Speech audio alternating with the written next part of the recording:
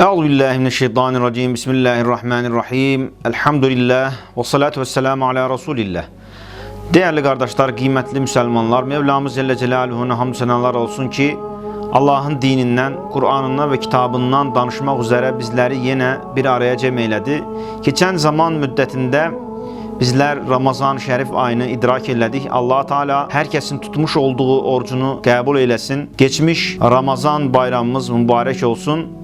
Aynı zamanda bunu da elave etmiş olaq ki, Ramazan-ı Şerif ayından sonra tutulması sünnet olan, fəzilətli olan bir oruç da var ki, Şevval orucu. Artıq Şevval ayına daxil olmuş durumdayıq. Resulullah sallallahu aleyhi ve sellem Efendimiz hədis şəriflərində, səhih qaynaqlarda buyurulmaqdadır ki, kim Ramazan orucunu tutar ve buna Şevval ayından 6 gün əlavə edərsə, o bütün ili oruç tutmuş kimi sayılar. Bu dinimizin 1'e 10 kat verişinin bir nümunesidir. Ramazan-ı Şerif ayında tuttuğumuz her güne karşılık Allah Teala 10 gün sevabı vermekte ve bu 30 gün 300 gün olmakla beraber Şevval ayından da 6 gün tuttuğumuz zamanda bu da ona beraber olup 60 edir ve 360 gün sevabını Allahu Teala bizlere ikram eyleyir, ihsan eyleyir. Nitekim Kur'an-ı Kerim'de Mevlamız Celle Celaluhu buyurmaktadır ki, men ca'e bil haseneti, kim bir haseneyle, sevapla, yaxşılıkla gelerse felehu aşru emthaliha, buna karşılık onun için 10 katı vardır. Dinimiz 1'e 10 vermektedir. 1'e 10 karşılık ikram ve ihsan etmektedir. Allah Teala en güzel şekilde bu sevapları, fəzilətləri değerlendirmeyi bizlere nasip eylesin. Bu meseleni de burada Şevval ayında oluşumuz vesilesiyle beyan ettikten sonra geybe iman mevzusuna devam eləyək. Bildiğiniz kimi en önemli meselemiz dinde, imanda bizlerin mümin olmağımız, Allah'ın bizlere göstermediği imtihan dünyasında olmağımız sebebiyle gözümüze değmeyen gaybe iman etməyimizdir. Bu imtihan dünyasında Allah Celle Celaluhu bu vesileyle bizleri imtihan etmektedir. Bu noktada bizlerin gaybe imanının artması için Allah Teala'nın bizlere haberdarlık etmesi için Kur'an-ı Kerim'de ayet-i kerimeler bu şekildedir.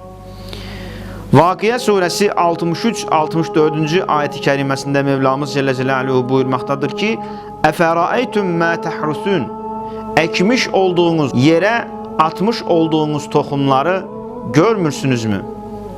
Entum tezra'unehu em nahnuz zari'un, onu torpaktan bitiren bizik mi, yoksa o tohumları tozlu torpaklardan bitiren sizsiniz mi? Aslında Allah Teala sualın içerisinde bu noktada cevabı bizlere vermektedir cemaat-i müslümin. Elbette ki o tozlu torpaktan renk berenk nimetleri, gıdaları, meyveleri, terevizleri bizler için bitiren Allah Celle Celaluhu'dur. Allah Teala bu nimetlerini bizlere hatırlatmak suretiyle gaybe iman etmemizi, gözle görülmeyen şeylere iman etməyimizi istemektedir.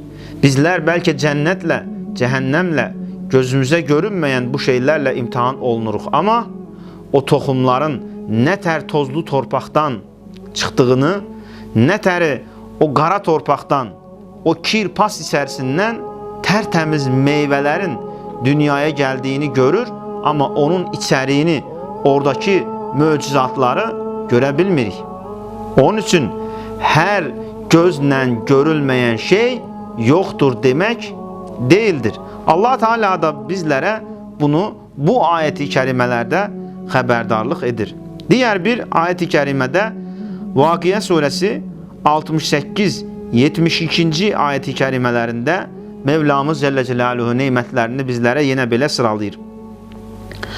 Efera'aytumul ma'ellezî teşrabun, içmiş olduğunuz suları görmürsünüz mü?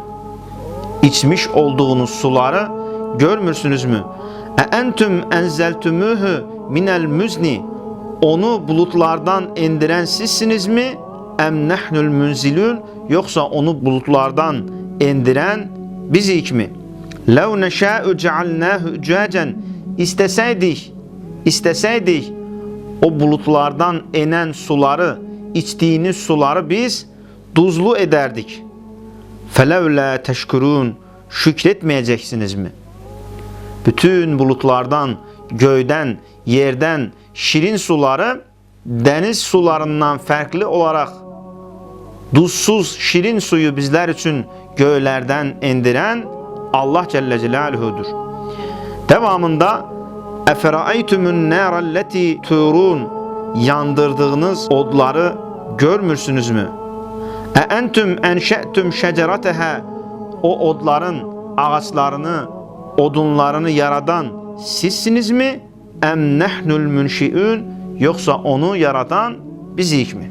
Yine Allah Celle Celaluhu sual içerisinde aslında cevabı da bildirir ki şüphesiz suyu da göyden bizler için indiren, tonlarca ağırlıkta olan o bulutları semada gezdiren, ondan bizim için içecek sular yaradan, ateşi, odunu, alovu bizler için halk eden şüphesiz ki Allah Celle Celaluhu'dur ve bu nimetleri bizlere hatırlatmak suretiyle Allah Teala bizlerin ona iman etmemizi bizlerden talep etmektedir. Allah Teala en güzel şekilde bu ayet-i kerimelerde bizler için hüccet olan meselelere dikkat yetirmeyi, iman etmeyi bizlere nasip müyesser eylesin. Doğru yoldan, doğru istikametten hiçbir zaman ayırmasın. Velhamdülillahi Rabbil alemin.